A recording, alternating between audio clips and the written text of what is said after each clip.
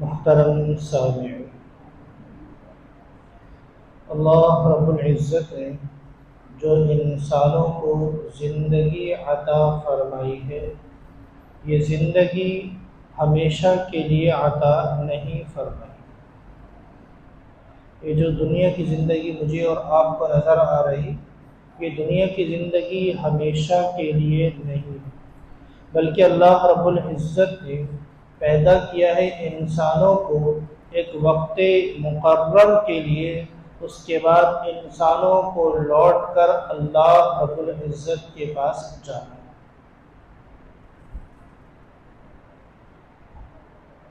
جتنے بھی جانداروں کو اللہ نے زندگی دی ہے، انہوں نے موت کا ذائقہ چکھنا ہے، موت ہر نفس کو آنی ہے۔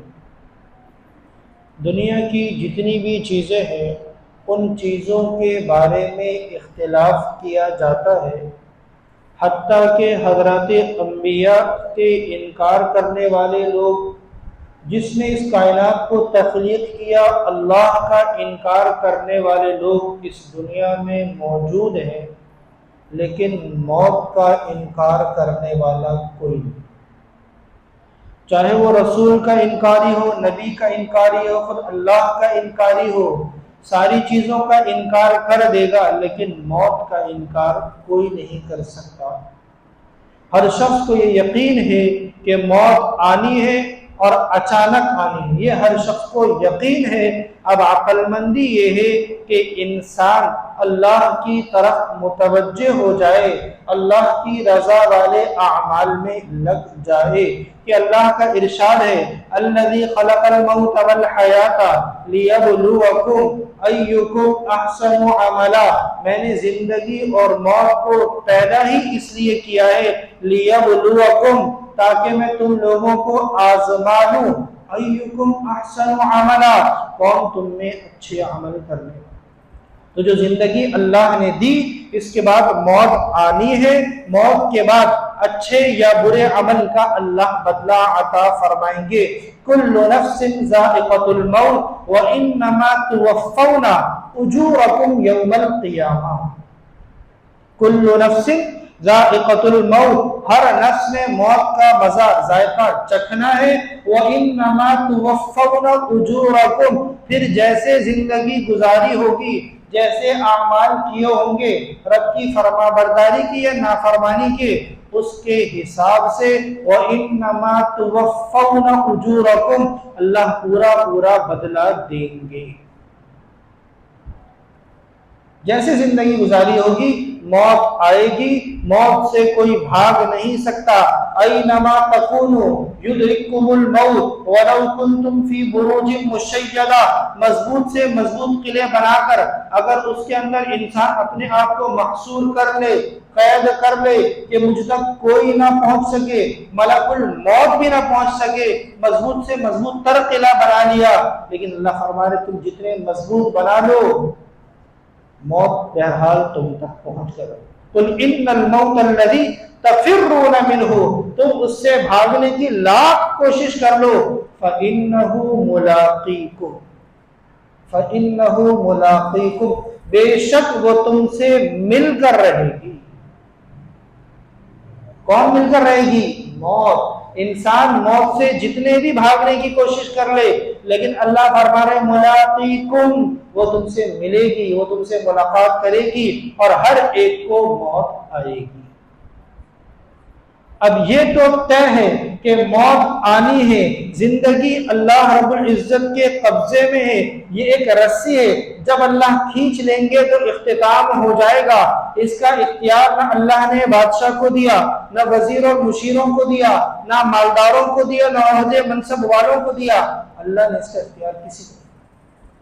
حضرت حسن بصری رحمۃ اللہ علیہ فرماتے ہیں میں ایک مرتبہ قبرستان سے گزر رہا تھا تو قبرستان پہ دیکھا میں نے بہت رش اور جم غفیر ایک مجمع لگا ہوا، میں حیران کہ ایسا کیا ہو گیا کہ لوگ مرتے ہیں تو چند افراد آ کر دفن کر دیتے، آج قبرستان میں اتنا لاؤ لشکر کیسے کہ قبرستان کو چاروں جانب سے گھیرا ہوا ہے، ایسا کیا ہو گیا؟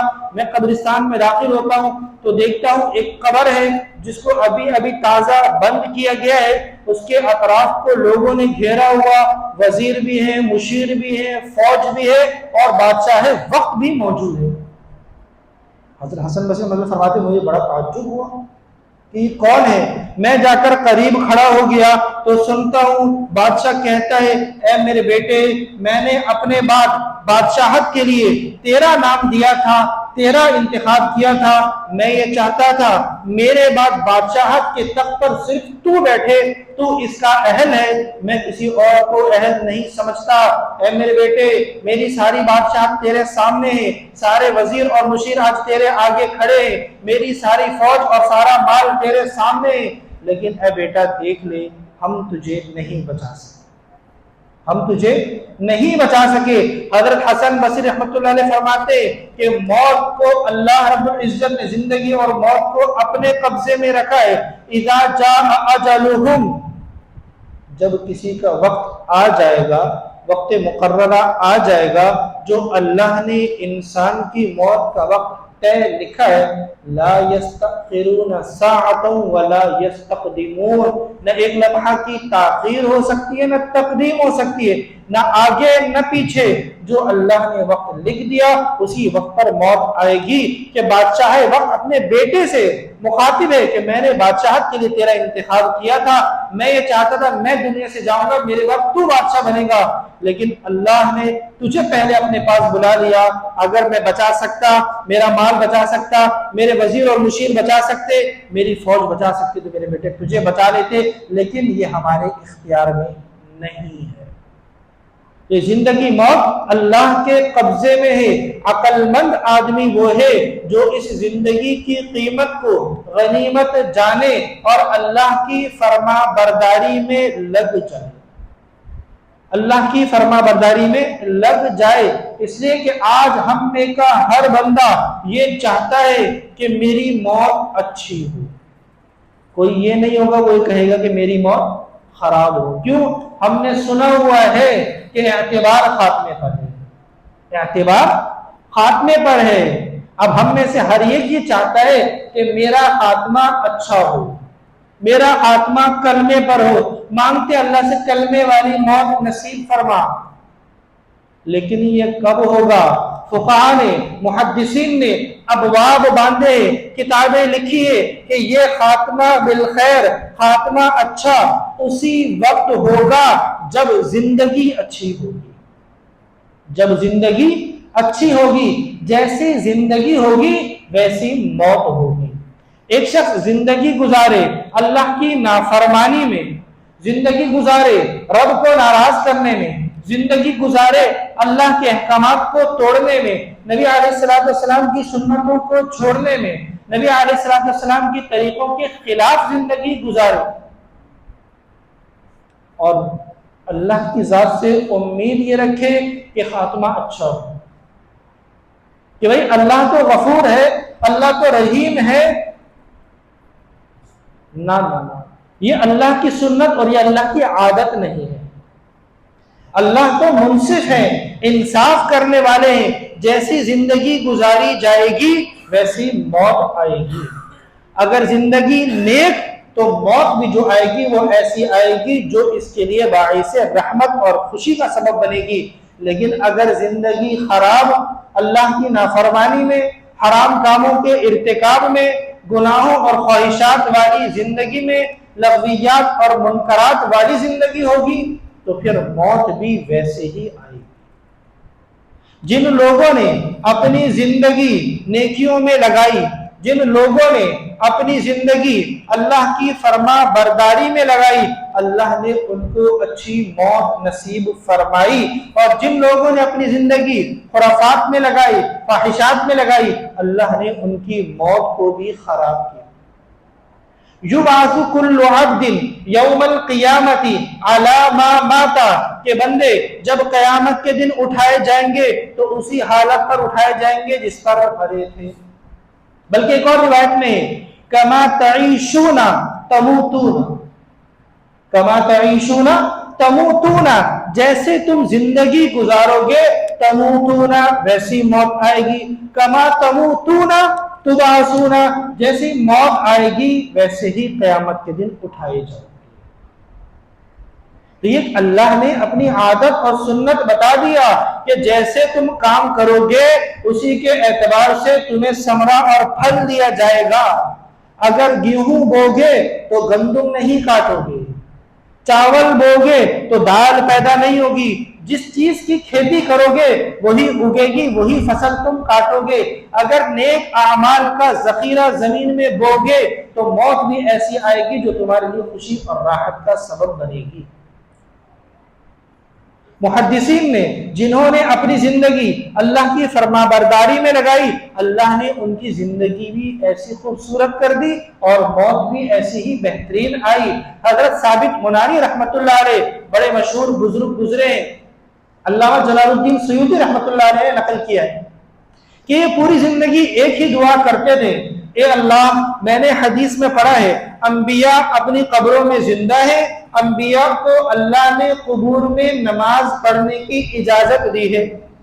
حضرت ثابت بنانی رحمت اللہ علیہ اپنی زندگی میں دعا کر رہے، اے اللہ آپ نے انبیاء کو قبر میں زندگی عطا فرمائی ہے اور وہ اپنی قبروں میں زندہ ہیں، ان کے جسم اپنی قبروں میں محفوظ ہیں اور ان کو آپ نے یہ دیا ہے کہ وہ نماز پڑھ سکتے ہیں اپنی قبروں میں۔ اے اللہ اگر آپ انبیاء کے علاوہ کسی کو نماز کا قبر میں موقع دیں، اے اللہ مجھے ضرور دیجئے گا، اس لیے کہ قبر کی زندگی طویل زندگی ہے اور مجھے جب تک پیشانی آپ کے سامنے نہ جھکاؤں سکون نہیں ملتا، تو اتنی طویل قبر کی زندگی میری کیسے گزرے گی بغیر سجدے کی۔ حمید الطویل ساعدی رحمت اللہ علیہ فرماتے ہیں میں تدفین میں شریک تھا، جب ہم دفن کر رہے تھے اوپر میں جب اینٹیں رکھ رہا تھا، اینٹ نیچے گر گئی تو میں اینٹ اٹھانے کے لیے جب اندر جھکتا ہوں دیکھتا ہوں کہ ثابت بنانی کھڑے ہو گئے اور نماز شروع کر۔ ہم یہ سمجھے کہ زندہ ہیں لیکن لوگوں نے بتایا کہ وہ زندہ نہیں، ان کی یہ دعا تھی جو اللہ نے مرتے ہی قبول کر لی۔ حمید الطویل ساعدی رحمۃ اللہ خود اپنی آنکھوں سے دیکھا ہے۔ ابو زرعہ رحمت اللہ علیہ بہت بڑے محدث گزرے ہیں، امام احمد بن حنبل رحمت اللہ علیہ ان کے بارے میں فرمایا کرتے تھے صحیح احادیث کا 7 لاکھ ذخیرہ میرے پاس موجود ہے، ان میں سے 6 لاکھ ابو زرعہ رضی اللہ ابو زرعہ کو حفظ یاد ہے، 6 لاکھ ابو زرعہ کو حفظ یاد ہے۔ ان کی مجالس جو حدیث کی مجالس ہوا کرتی تھی کئی گھنٹوں پر محیط مجالس ہوا کرتی تھی۔ ایک مرتبہ بیٹھے ہوئے درس حدیث دے رہے تھے، درس اتنا طویل ہوا کہ گھنٹوں پر گھنٹے گزر گئے۔ ایک نوجوان ان کی مجلس میں شریک تھا، وہ گھر جاتا ہے، بیوی سے اس کی لڑائی ہوتی ہے کہ اتنے طویل اتنے گھنٹے بعد تو گھر آ رہا ہے، گھر والوں کی خیر خبر ہی نہیں۔ اس نے کہا میں درس میں شریک تھا، مجھے وقت کا اندازہ ہی نہ ہوا کہ اتنا طویل وقت گزر گیا۔ بیوی نے غصے میں کہہ دیا تجھے اور تیرے استاد کو کچھ نہیں آتا، صرف ٹائم ضائع کرنا۔ اور کہا میرے استاد کو اگر لاکھوں حدیثیں یاد نہیں تو تجھے طلاق، اگر مجھے میرے استاد کو 1 لاکھ حدیثیں 1 لاکھ اگر حدیث حفظ یاد نہ تجھے 3 طلاقیں۔ کہہ تو دیا لیکن پریشان ہو گئے۔ اب رات نیند نہ آئے، رات کے بیر ابو زرعہ کے پاس آتے اور کہتے ہیں استاد محترم جذبات میں یہ بات نکل گئی لیکن اب پریشان ہوں کہ بیوی ہاتھ سے چلی جائے گی۔ فرمانے لگے پریشان نہ ہو، تم نے صرف 1 لاکھ کی بات کی ہے، 1 لاکھ تو مجھے ایسے یاد ہے جیسے تمہیں سورہ اخلاص، 1 لاکھ تو مجھے ایسے ہی یاد ہے جیسے سورہ اخلاص۔ پوری زندگی حدیث کی خدمت کی، جس وقت نزع کی کیفیت تھی، شدید تکلیف میں تھے، ان کے بعد ان کے شاگرد ابو مسلم ابو حاتم رازی رحمت اللہ علیہ، منذر بن شاذان بڑے بڑے محدث سامنے بیٹھے ہوئے اور کہنے لگے استاد کو کلمہ کیسے پڑھائے؟ حدیث میں کہ جب مرنے لگے تو اس کے سامنے کلمہ پڑھو۔ یہ استاد انہوں نے ساری زندگی ہمیں حدیث پڑھائی ہے، ہم ان کے سامنے کیسے کلمہ پڑھیں؟ اب یہ سارے بیٹھے ہوئے، یہ بڑے بڑے محدث ہیں یہ بھی وقت کے، منذر بن شاذان، ابو مسلم اور ابو حاتم رازی۔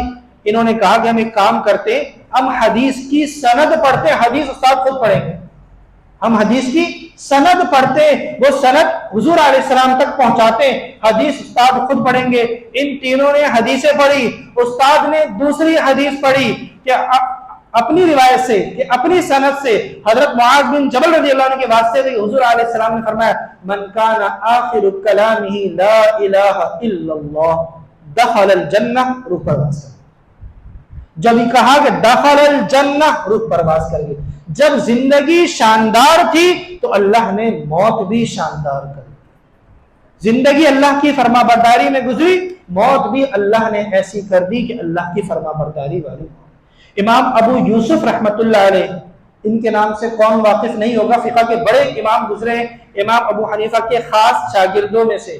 جب موت کا وقت آیا تو لوگ ملنے کے لیے آنے لگے، سب ملنے آ رہے، بھائی بیمار ہے، ایسا لگتا ہے کہ اس میں مر جائیں۔ جب ایک شاگرد آتے ہیں ابو یوسف رحمۃ اللہ علیہ کے، امام ابو یوسف سے پوچھتے ہیں کیسے ہیں آپ؟ شاگرد پوچھتے ہیں آپ کیسے استاد؟ وہ کہتے ہیں میں ٹھیک ہوں، یہ بتاؤ کہ رمی، جب انسان حاجی حج کرنے جاتے ہیں شیطان کو کنکریاں مارتے ہیں، رمی یہ پیدل افضل ہے یا سوار؟ شاگرد بھی حیران، میں آیا ہوں ان کی عیادت کرنے، لگتا ایسے ہے کہ اب مرے جب مرے، اور پوچھ کیا رہے ہیں کہ رمی کیسے افضل ہے، پیدل یا سوار؟ میں نے کہا استاد پیدل، میں نے کہا استاد سوار، کہہ رہے نہیں۔ میں نے کہا پھر آپ بتائیے، کہا جس رمی کے بعد دوسری رمی کرنی ہو تو پیدل افضل ہے، جس رمی کے بعد آگے جانا ہو تو سوار افضل ہے، اور روح پرواز کر۔ پوری زندگی مسائل نکالتے نکالتے گزری تو موت بھی آئی کہ امت کو مسئلہ دے کر گئے۔ تو جیسی زندگی کما تعیشون تموتون، نبی علیہ السلام کا فرمان ہے جیسے زندگی گزارو گے ویسے ہی موت آئے گی، اور کما تموتون تبعثون، جیسے موت آئے گی ویسے ہی اٹھائے جاؤ گے۔ اگر زندگی گزرے گی اللہ کی نافرمانی میں تو موت بھی فرما برداری میں آ جائے، یہ آسان نہیں ہے۔ جنہ ہاسپٹل کے ایک ڈاکٹر ہیں، ڈاکٹر نور محمد، غالباً ابھی حیات بھی، انہوں نے کتاب لکھی ہے کہ میں نے جو اپنی زندگی میں جنہ ہاسپٹل میں، ہمارے کراچی کے ہاسپٹل میں جن لوگوں کا میں نے مشاہدہ کیا موتوں کا، اچھے لوگوں کی موت کو بھی لکھا، برے لوگوں کی موت کو بھی لکھا، جو انہوں نے خود اپنی آنکھوں سے جنہ ہاسپٹل میں مشاہدہ کیا۔ کہنے لگے میرے پاس ایک شخص لایا گیا، لگتا یہ تھا کہ اب روح نکلی، جب روح نکلی لیکن روح نکلتی نہیں تھی، اور زبان سے بس بڑبڑا رہا ہے۔ ان کے بیٹوں سے میں نے پوچھا یہ کیا بولتا ہے، سمجھ بھی نہیں آ رہا اور روح بھی نہیں نکل رہی۔ کہہ رہے ابا گانا گا رہے، ابا گانا گا رہے، ابا کے منہ سے گانے کے علاوہ کچھ نہیں نکلتا، صبح اٹھتے ہی گانے، سوئے تک گانے، بس گانے۔ انہوں نے کہا پھر اس کے سامنے کوئی گانے والی چیز لاؤ۔ گانے کا ٹیپ ریکارڈ اس کے برابر میں لگایا گیا، ڈاکٹر نور محمد صاحب خود لکھتے ہیں گانے کا ٹیپ ریکارڈ اس کے برابر میں لگایا گیا تو وہ سکون میں آتا۔ میں کہتا بند کر دو، وہ پھر مچلنے لگتا، پھر وہ چلایا جاتا، وہ سکون میں آتا، اور اسی حالت میں اس کی روح نکلی کہ گانے چل رہے تھے۔ موت اللہ کی نافرمانی میں۔ اب یہ جیسا مرے گا، کما تموتون تبعثون یبعث کل عبد یوم القیامت، بندہ قیامت کے دن اٹھایا جائے گا علی ما ماتا، جس حالت میں مرا ہے تو کس حالت میں اٹھایا جائے گا۔ میرے محترم دوستو، جب زندگی ہوگی گانے والی، جب زندگی ہوگی ٹک ٹاک والی، زندگی ہوگی انسٹاگرام اور فیس بک والی، یوٹیوب والی، موت بھی آ جائے سمجھے بیت اللہ کے سائے میں کلمہ پڑھتے ہوئے، یہ میری اور آپ کی بھول ہے۔ میں نے ان لوگوں کا تذکرہ کر دیا جنہوں نے زندگی فرما برداری میں گزاری، ان کی موت بھی فرما برداری کی حالت میں آئی، اور جن لوگوں نے زندگی نافرمانی میں گزاری ان کی موت بھی نافرمانی کی حالت میں آئی۔ تو میرے محترم دوستوں، آج ہمارے پاس وقت ہے، ہم اپنے وقت کا صحیح استعمال کریں، ہم اپنی زندگی کے رخ کو آج تبدیل کر لیں۔ موت ہر ایک نے آنی، ہر ایک کو آنی ہے، موت کا مزہ ہر ایک کو چکھنا ہے، اس سے کوئی مفر نہیں، کوئی بھاگ نہیں سکتا۔ ہماری موت اچھی ہو جائے۔ حافظ ابن کثیر رحمۃ اللہ علیہ نے البدایہ والنہایہ میں اپنی کتاب میں لکھا ہے، حضرت عیسیٰ علیہ السلام ایک سفر میں جا رہے تھے، ایک عورت کو دیکھا قبر کے پاس بیٹھی ہوئی رو رہی ہے۔ حضرت عیسیٰ علیہ السلام اس عورت کے پاس جاتے اور کہتے کیوں اتنا رو رہی ہو، جاؤ اٹھو گھر جاؤ۔ وہ عورت کہنے لگی میری بیٹی کا انتقال ہو چکا ہے، آج مجھے اس کی یاد ستا رہی ہے، بس اس کی یاد میں یہاں آ کر بیٹھی ہوں۔ حضرت عیسیٰ علیہ السلام نے تسلی دی، بس اس کا انتقال ہو گیا، جو اللہ کی مرضی تھی اللہ کے پاس چلی گئی، تم تسلی رکھو اور گھر جاؤ، اس کے لیے دعا کرو۔ کہا میں چلی تو جاؤں گی لیکن آج دل میں یہ بہت داعیہ پیدا ہو، اس کو ایک مرتبہ دیکھ لوں پھر گھر جاؤں۔ حضرت عیسیٰ علیہ السلام نے یہ عجیب بات کہی، وہ مر گئی، اللہ کے پاس چلی گئی، تم اٹھو گھر جاؤ، تسلی رکھو، اللہ سے دعا کرو اپنے لیے بھی، یہ حال مجھ پر اور تم پر بھی آنا ہے، مر کے ہم نے بھی اللہ کے پاس جانا ہے، اس سے اپنے آپ کو، اپنی قبر اور اپنی موت کو یاد کرو۔ تو وہ کہنے لگی اے عیسیٰ، اللہ نے آپ کو یہ صلاحیت دی ہے، آپ مردوں کو زندہ کرتے، میری بیٹی کو زندہ کر دیجئے، میں ایک مرتبہ دیکھ لوں گی، دل ہلکا ہو جائے گا، میں چلی جاؤں۔ حضرت عیسیٰ علیہ السلام نے وہی 2 رکعت نماز پڑھی، اللہ سے دعا کی، اللہ نے اجازت دے دی۔ حضرت عیسیٰ علیہ السلام نے فرمایا قم باذن اللہ، وہ بچی زندہ ہو جاتی ہے، کھڑی ہو جاتی ہے، جب اٹھتی ہے تو اس کے بال سفید۔ ماں کہتی بیٹا تیرے تو انتقال بچپن میں ہوا، بال کالے، یہ سفید کیسے ہو گئے؟ کہا ماں موت کی تکلیف نے میرا یہ حال کر دیا، اور اب تم نے مجھے دوبارہ زندہ کیا ہے، اب دوبارہ موت آئے گی تو اس ڈر سے کہ میرا کیا ہوگا، موت اتنی سخت چیز ہے، بس تم یہ کہہ دو عیسیٰ رب سے دعا کر کے مجھے زندہ کر سکتے ہو تو رب سے دعا کر دو مجھے دوبارہ تکلیف نہ ہو۔ زندہ ہونے کے بعد جو تمنا کر رہی ہے، کہہ رہی ہے عیسیٰ علیہ السلام سے، حافظ ابن کثیر رحمۃ اللہ علیہ بڑے محدث نے واقعہ لکھا ہے کہ مجھے موت کی تکلیف دوبارہ نہ ہو، موت کی تکلیف دوبارہ نہ ہو، اتنی سخت تکلیف ہے، اور یہ ہم میں سے ہر ایک کو آنی ہے۔ کلا اذا بلغت التراقی، جب موت آئے گی، جان گلے میں آ جائے گی، وقیل من راق، نافرمان ہوگا تو کیا کہے گا، کسی کو بلاؤ دم کر دے، جھاڑ پھونک کر دے، کسی نے جادو کر دیا، تعویذ کر دیا ہے، وقیل من راق، میرا یہ مسئلہ حل کرے، دم کرے، الی ربک یوم والتفت الساق بالساق، اب کچھ نہیں ہوگا، صرف اپنی ایڑیاں ملے گا، الی ربک یومئذ المساق، اب تو رب کی طرف چل کے جانا ہے، اولا لک فاولا، اب تو اس پر صرف افسوس ہے، ثم اولا لک فاولا، پھر افسوس ہے، کیوں؟ ایحسب الانسان ان یترک سدی، وجہ یہ ہے کہ انسان یہ سمجھتا تھا میرے رب نے مجھے یہی بیکار پیدا کیا، میرے رب نے مجھے یوں ہی پیدا کر دیا، مجھے زندگی مل گئی اور ایک مر جاؤں گا، ختم ہو جاؤں گا، سدا، بیکار، یوں ہی پیدا کر دیا، نہ نہ نہ، رب نے فرمایا کہ میں نے یوں بیکار اور عبث پیدا نہیں کیا، افحسبتم انما خلقناکم عبثا، کہ تم یہ سمجھتے تمہیں بیکار پیدا کیا، وانکم الینا لا ترجعون، میری طرف لوٹائے نہیں جاؤ گے، تمہارا یہ گمان بالکل لا یعنی ہے اور بے وقوفی پر مشتمل ہے، تمہیں میں نے پیدا کیا ایک عظیم مقصد کے لیے، اور تمہیں موت آئے گی اور مر کر میرے پاس آنا ہے، جیسی زندگی گزاری ہوگی اس کے اعتبار سے میں تمہارے ساتھ معاملہ کروں گا۔ تو میرے محترم دوستوں، یہ جو زندگی اللہ رب العزت نے مجھے اور آپ کو عطا فرمائی ہے یہ انتہائی قیمتی ہے، اس زندگی کی قدر کرے، صحیح استعمال کرے، اللہ کی فرما برداری میں ہماری زندگی گزرے، جب اللہ کی فرما برداری میں زندگی گزرے گی تو موت بھی ایسی آئے گی جیسی ہم اللہ سے دعا کرتے ہیں، ورنہ صرف خواب ہوگا، دعا کرتے ہوں گے موت اچھی آئے، موت اچھی مشکل ہوگی، اور اگر موت خراب تو اس کے بعد کی ہمیشہ کی زندگی خراب ہو جائے گی، اس لیے اچھی زندگی گزارے، نیک زندگی گزارے کہ ہماری زندگی بھی نیک ہو اور موت بھی اچھی آئے، اور اس کے بعد جو ہمیشہ کی طویل زندگی ہے اللہ اس میں بھی کامیاب فرمائے۔ وآخر دعوانا الحمدللہ رب العالمین۔